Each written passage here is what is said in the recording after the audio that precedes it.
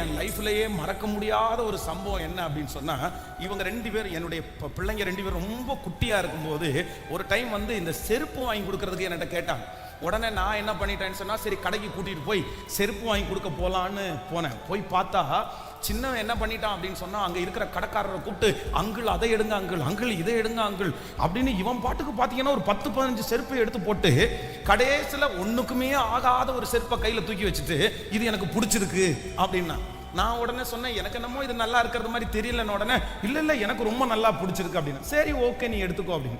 உடனே மூத்தவனை பார்த்து, நீ என்ன செலக்ட் பண்ணலையா அப்படின்னு கேட்டேன். கேட்ட உடனே அவன் என்ன சொன்னான் அப்படின்னா, எனக்கு எதை எடுக்கிறதுனே தெரியல டாடி, உங்களுக்கு எது பிடிக்குமோ அதை கொஞ்சம் எடுத்து கொடுங்க, நான் இங்க உட்கார்றேன் அப்படின்னு உட்காந்துட்டான்.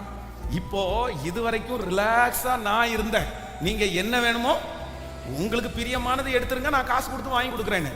இப்ப மூத்தவன் மொத்த பொறுப்பையும் யார் கையில போட்டுட்டான், என் தலை மேல போட்டான். இப்போ நான் ஒன்னொன்னா எடுத்து, ஏன் இப்ப நான் டேடி இல்ல, நான் அப்பா இல்ல, நான் எடுத்து கொடுக்கறது என்னவா இருக்கணும், பெஸ்டா தானே இருக்கணும்.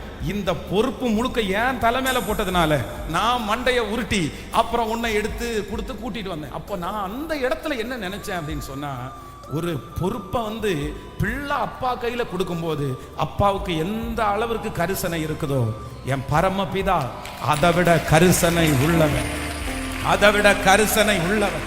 கர்த்தர் கையில கொடுங்க, கர்த்தர் கையில கொடுங்க. ஆண்டவரே நீர் எடுத்து கொடுங்க. ஆண்டவரே உங்களுக்கு சித்தமானா வாய்க்கட்டும், உங்களுக்கு விருப்பமானா இதை தாங்கன்னு கேளுங்க.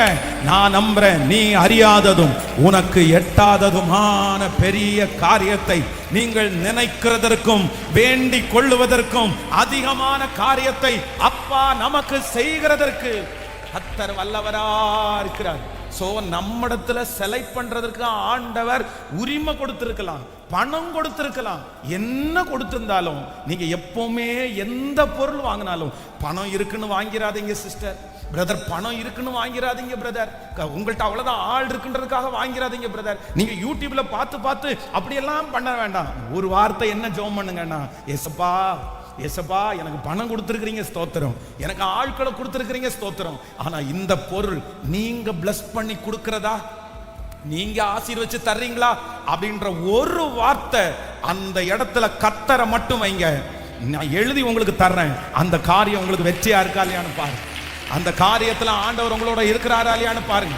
எந்த இடத்துல வேதம் சொல்லுகிறது, என்னை கனப்படுத்துகிறவனை நானும் கனப்படுத்துவேன். கர்த்தரை கனப்படுத்துகிற பிள்ளைகளை ஆண்டவர் கனப்படுத்தாம விட மாட்டார்.